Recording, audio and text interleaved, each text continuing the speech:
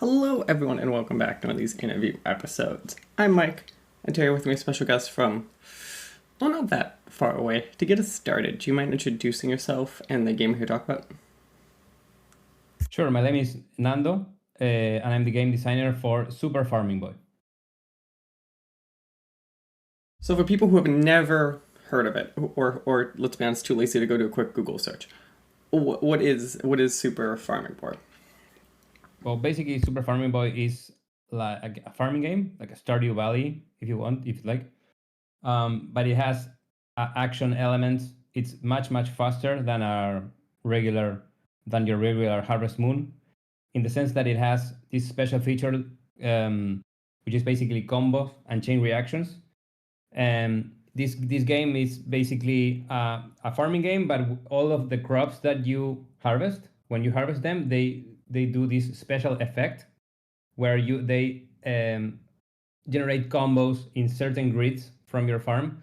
That which means that you can auto harvest and you can harvest using combos. So basically, you can harvest like one crop, and that would do like this amazing chain reaction around your farm. That's not only the only difference between this game and other farming games. That you can use combos also to hit characters like boss fights, like crop eaters, which we basically are pests, and or even to destroy boulders or weed, etc. So you use combos for everything, even doing puzzles, etc. But you can play like a casual farming game where you are just like harvesting and having fun with that, or you can play it like more of this like puzzly action driven kind of mixed genre, where you can do other stuff, What or is basically optimize your farm. Yeah, what Yeah. was kind of the balancing act there? Obviously, a lot of these farming games I feel like become popular because like there's stuff to do, but like people usually view them as like this relaxed time, like this kind of like, hey, I get to go chill to thing. Obviously, this game seems a lot more actiony and heavy, and you're doing like combat and stuff like that. I think more actively. What was kind of that like fine line you guys kind of kept going between of like how adventure heavy should this be versus like it's a chill farming game this should be? It's mostly a chill game. It doesn't have a lot of combat in it. It's I mean, I made a game that I wanted to play. That's from the get go. The main inspiration behind the game is another game that maybe you've known of it, maybe you've heard of it, called Diabolica by Derek Yu. I know When I've I heard was of a Derek very Yu. I've not heard of that game specifically. I think that they added a Diabolica inside UFO 50, one of the 50 games. I think one of those are a new version of Diabolica. I'm positive that it's there. So that's the newer version. It's basically a chain reaction game. So you set pieces and they blow up doing chain reactions, and you have these levels, and it's very. I remember playing that a lot. I when I was a little kid, I used to code on the Games Factory, which is the same software that Derek Yu used back then. I'm talking about 20 years ago, basically. And I used to play that game a lot, and I remember that the mechanic of doing these chain reactions was very fun, and I spent hours playing that game. I was amazed that there weren't other games like that. And I'm also a fan of Bejeweled and those very simple, match three games. So what we really did was, okay, let's do this, but where?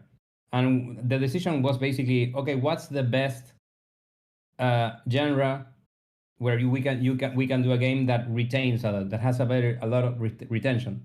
And when we studied genres, uh, we saw that city builders retained a lot, mostly mobile, farming games, and I love Harvest Moon. I'm a sucker for Harvest Moon, but the original Harvest Moon, the GBC one, that's the Game Boy Color one. That's why this game is very similar to that 'Cause it in has terms that of gameplay. color, it has that look. I feel like too, like that very specific, like cartoony type look that from that era.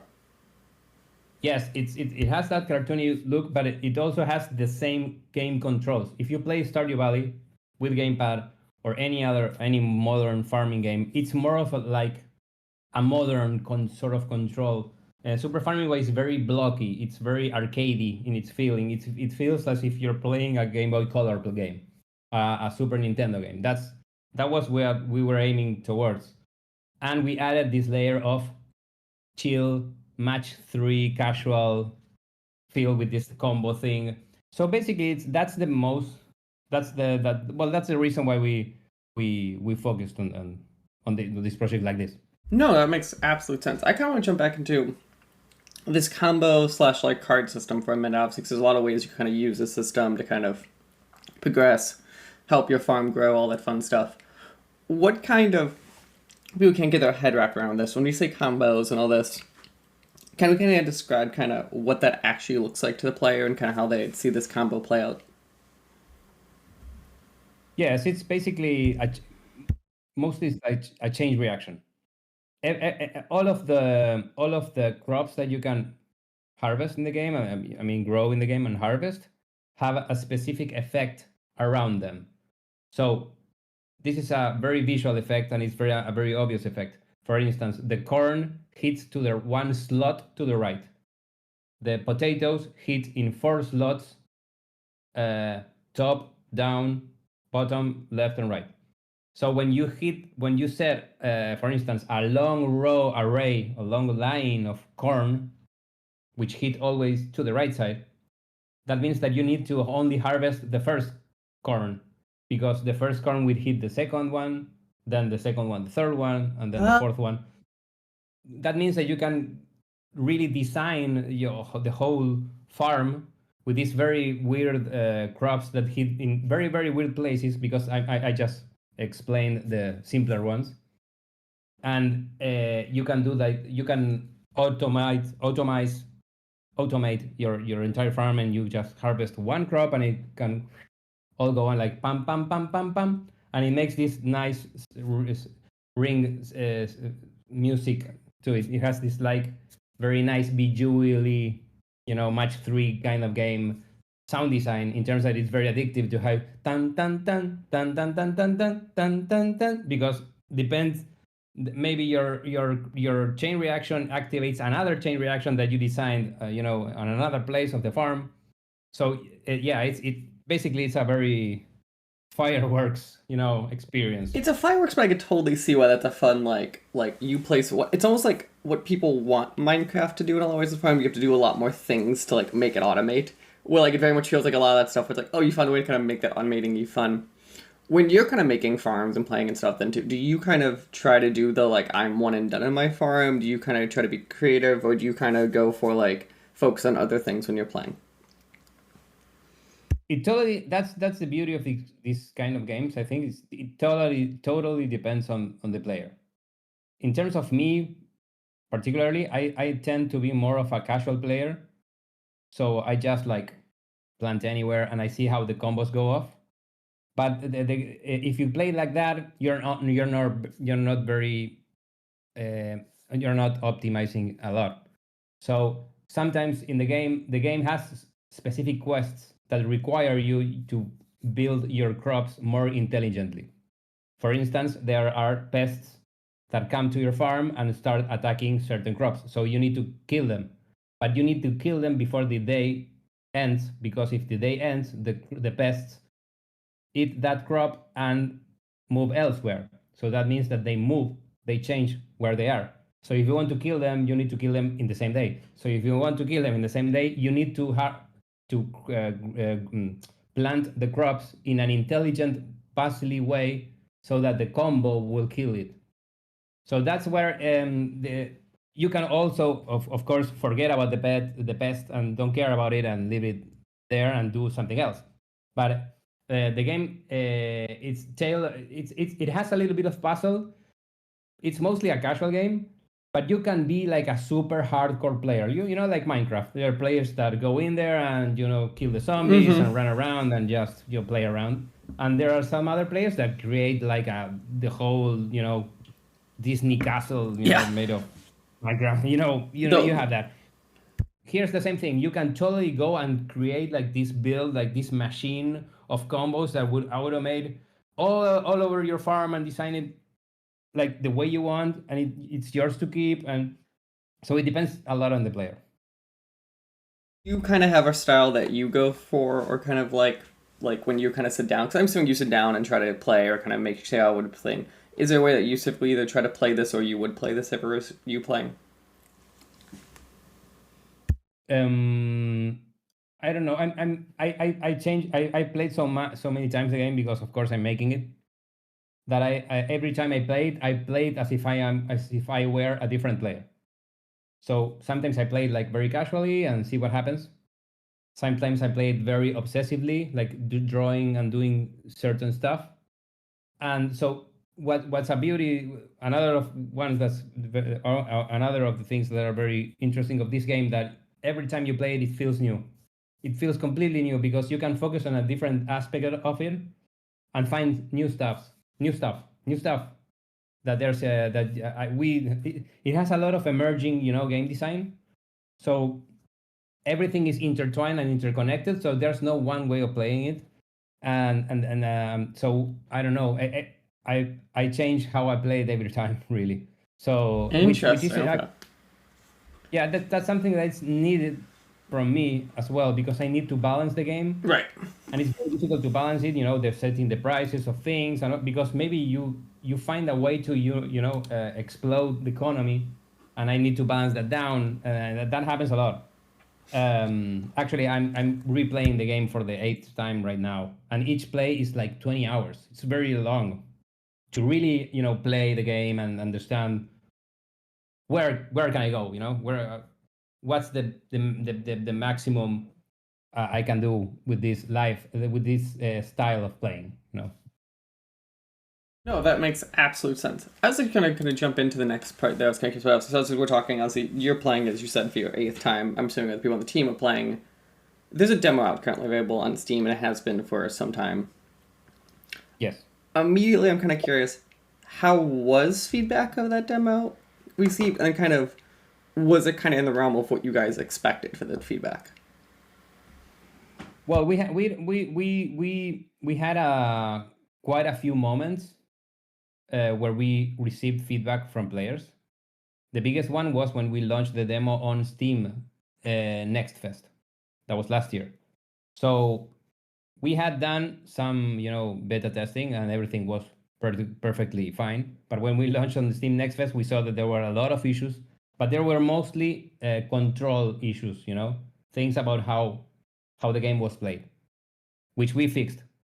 But in general, the demo had a very very good a very we've received very very good feedback and what I can say is that we are addressing all of it. We are like taking a look of all the feedback and doing everything that people are asking us. But the average rating that people gave us privately was between 7 and 8, which is quite high. No, especially And for a demo and something that very high ratings. yeah, it was our first demo, and most of the things that people were like complaining about, we already fixed. And when we fix them, what we do is we go again and do beta testing again, blah blah blah, and we see if people are complaining again of the same thing, and they are not. So that means that we are progressing. So yeah, the feedback has been awesome. Actually, there are people that have played for hours. They have replayed the demo a million times. We now have reached to 1,000 streamers for our launch day, which is 12th August, to do a Twitch-a-thon and to do a lot of streaming that day. And we have a lot of streamers who are playing the game beforehand, or to do content creation for video, etc., for YouTube.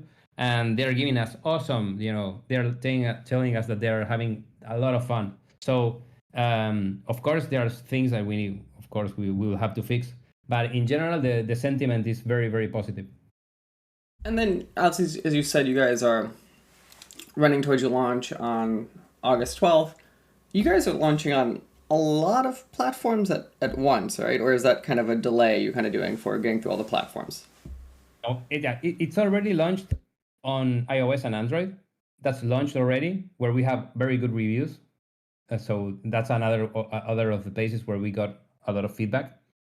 So that's launched already. Where we already did like a soft launch on Epic Game Store. Yeah, well, very soft launch. But our actual launch will be PC and Mac on Steam, and also we are talking with Mac to launch on Mac OS same ship, meaning the same day. Mm-hmm. That's 12th August. After that, we are planning on doing possibly 2 or 3 months after that Xbox, and after that Nintendo Switch, and finally PlayStation. I'm not sure. I'm guessing that next year we will end up, launching on all the platforms. My guess is probably Xbox is probably the easiest of the platforms to probably cross-launch Yeah. with logistically because a lot of their systems. Yes and no.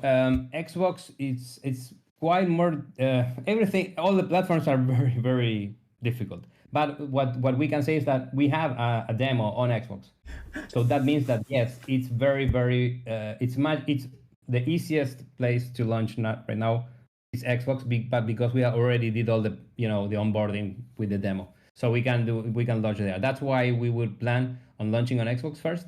But I'm guessing that we will be launching an update of the Steam version for the PC, on PC and Mac first beforehand, which will include very most likely a boss fight that we've been working on for the past 4 months and some other features. So I'm guessing that we will stay on PC and Mac for a few months to see that everything is all right, and then move on to other platforms. No, that actually makes a lot of sense. I was actually curious. So let's first kind of go back to your comment. Completely agree. Is every platform has these unique challenges, and I think people discount hard. Even like stuff like Steam or Epic, like there's still a lot of steps to get things like out there and in their fun checkboxes that you're like, oh no, we wanted this size picture or this thing, and you're like, well, it's the same thing. Why do I have to change this? It's a lot of work. It's a lot of work. It's doable, but it's a lot of work. Yeah, but I was gonna say also the other thing I'm curious about. So obviously, as you said, you soft launch first on mobile, then Epic, and now you're heading Yeah. towards this grand release. Obviously, in a lot of games, the mobile audience and like even the PC audience are very different people who want very different things from games, kind of react to things differently. How are you kind of balancing that feedback and making sure it's not like because like you could have a world where like it's now mobile and now it becomes a mobile first game when you want it everywhere. Kind of how are you finding those like balancy things of like respecting the players on each platform but still getting out the product that kind of you want? Well, basically, this game was created mobile. Well, the history of this game, or why we made it mobile first, etc., it's a little bit complex. But what we own an app called Boop Kids. Boop Kids is a subscription service for kids. Before doing that, that's our bread and butter. We work. That's how we make money basically. Which has good mans and bad mans. But basically, that's that. Before we did that, we did two mobile games. One's called Floyd's Sticker Squad, and the other one is called Tower Power. Both were good and very well be received, but they didn't make any money. Those were two free-to-play games, when and action games actually. So after doing those, we said, okay, let's do something else. So we did this Boop Kids thing, which is profitable, thank God. And inside Boop Kids, we are launching games. So one of the games that we did was Super Farming Boy, but it was a very, a 3-month project, very small, to see if people liked it. What we saw inside our subscription service was that people were playing it a lot, and that they were enjoying it, enjoying the game. Our since it's a kids app, all the games inside there must be drag and drop. Right. So you don't have an Xbox controller or whatever. So you have to play with your hand. So what we did when we were working on that, we were able to speak with Nintendo. I'm talking about like it was during COVID. And they gave us access to purchase a dev kit for the Nintendo Switch. When we got it, we said, okay, we're going to do Super Farming Boy on the Switch because it's touch. You can drag and drop everywhere, everything in the game. You can drag and drop the helpers, Super Farming Boy. You can tap and the guy walks around. It's very, very. This is the hardest. That was the hardest part of this game. You can totally play with your hands and also with a control. Because they sound intuitively the same, but they're so intuitively not. Kind of the like drag and droppy. Because like I can then click a thing and move it versus I have to like go in, select the thing I'm moving. How do I move it? Like there's a lot of like little nuancy things that like people I don't think about kind of jumping between them. No, it's a pain in the ass in terms of code. In terms of code, it's been like a programming nightmare but we did it, and it's basically you can do whatever you want. If you want to drag and drop, do it. If you want to play with the controls or a keyboard or a mix of mouse and keys, you can do whatever you want. And this is also available on the PC version. But it was basically created as, okay, I play in our game. The seeds in this game are seed creatures, like a Pokemon thing that you can drag and drop. But many of the ideas for Super Farming Boy came from the fact that it was built mobile first. So there's no inventory. The seeds are characters that follow you around, and you just like drag and drop and plant them, whatever. So it's much faster than any other farming game. You don't have to go through an inventory to look for whatever you want. Also, the character transforms into tools. That's because on mobile you just like Like touch a button, it rock goes. and Yeah. yeah, he can converts into a hammer and hits the rock. If you tap a weed, it will convert into a sickle, and it's much faster and much more simpler. But because it was thought mobile first, so basically, yeah, that's the how we balanced the game. Well, it's a very interesting question. It was a years it took us, to understand. Okay, but if I play with the controls, I can fly around. But if I play with touch, I can drag the guy around. So this is faster than here. But yeah, the game is pretty much balanced, and it feels completely casual if you want to play it on iOS or on Android or on touch only or on mouse only on PC. It's a very casual experience, and you just drag around the character or tap wherever you want it to go, and it works, and it's very casual. It feels very like a casual experience. Actually, I prefer playing on mobile than on controls. They're two completely different ways of playing it. Actually, my favorite is the mix. Playing with mouse, to do the drag and droppy things, And then and the doing that. keyboard. No, Yeah, I was gonna say it seems funny because obviously you made this switch, so like pre Steam Deck coming out and all that, but like stuff like Steam Deck coming out and this rise and those type of things, I'm like has to be a great kind of like, oh, I made a game directly for these type of screens and kind of how the kind of people interact with these systems. exactly. Actually, it works perfectly on Steam Deck, and we did all of this before Steam Deck even existed. But now it's a perfect game for Steam Deck because you can drag and drop, or you can just use the controls, and you can mix it up. You don't have to go to settings and change. Oh, I'm using controls now. No, I'm using touch now. No. You can do whatever you want, whenever you want, without the need of going through settings or changing anything.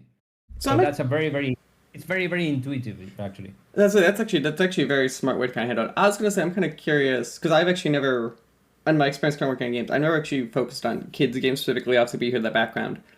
Would you say, because it seems to me almost like the arguing you're making intuitively, would you think that at this point, when you're making kids games or kids entertainment at that point, mobile seems like the more intuitive platform for this generation of kids? Because that seems like to me kind of secondhand in my exposure and experiences, like kids are more familiar with like touch screens than like controllers at this point, which wasn't true probably like 10, 15 years ago as much. Yes, totally. Kids tend to have a tablet or an older mobile phone or an older tablet that the family this is about to dispose. Like an old Android tablet, and kids are. It's much more intuitive for kids to touch things. Actually, when we did this app, Boop Kids, our subscription service, we learned the hard way that kids do not tap. They never tap because that's a Hold? grown-up thing. They don't tap. They don't tap the screen.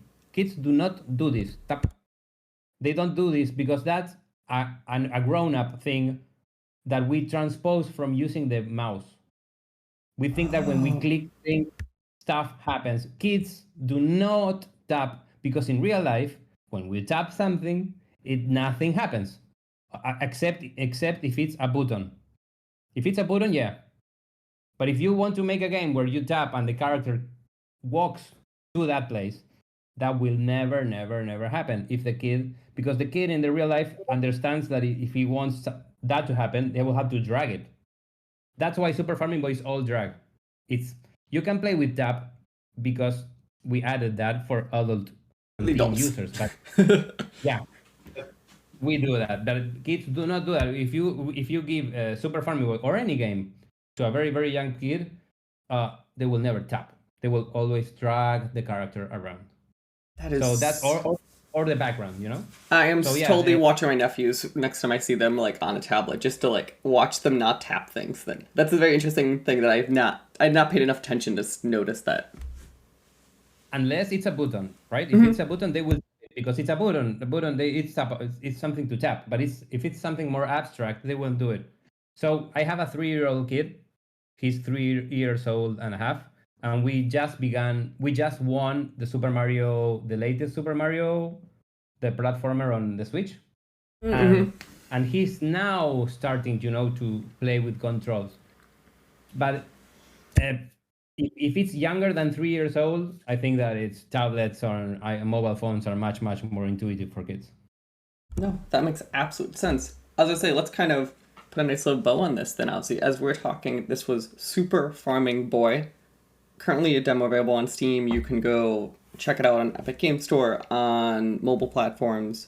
Coming August 12th to Steam. Also, will slowly be released throughout platforms kind of throughout there. Anywhere else we should be sending people for this, your work, any of that fun stuff? No, it's basically superfarmingboy.com. There's everything there. So that's it. That's good enough. Perfect. Well, again, I want to say thank you for talking to me today. Very, very fun time. Excited to see how this game all progresses, and best of luck as you have your final 6 weeks heading towards your Steam launch and the next step, kind of as your grand launch of this game. Well, thank you, Mike. Thank you for having me. I had an awesome time. Glad to be here.